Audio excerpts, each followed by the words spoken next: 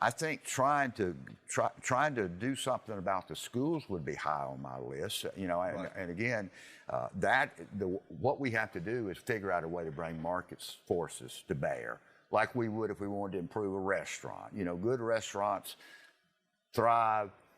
Bad restaurants go out of business. That's what ought to happen with schools. Like maybe a school choice that allowed the student to take the bulk of his state expenditure with them to another school should their parents some sort of voucher plan, and I think that scares people that are in school systems like Trussville and Mountain Brook and Opelika and Auburn, where they have excellent school systems. They are excellent schools in the state of Alabama. But let me ask you this: why would that scare anybody? I've got a 15-year-old daughter in Trussville, and and it's known I'm a huge proponent of school choice.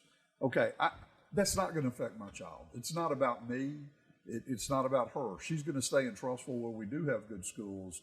But I look at parts of the state, the Black Belt, for instance, Birmingham, for instance. It's so sad. If we don't give kids an escape route, they're trapped in schools that fail on a perennial basis. You just can't do that to your future. Scott, in 1992, I ran for mayor. With just 2 weeks left, I jumped in the race. I was so disgusted. I got in that race. But I put out a position paper on what we need to do in Birmingham City schools. And guess what it said? School choice. Attach the money to the students and let the parents... Fund the student, not the system. Fund the students' parents. Right. Education of a child, like we were talking about fundamentally, is really the responsibility of the parents. It's not the responsibility of their neighbor. It's the responsibility of the parents. And we need to move back in that direction as well.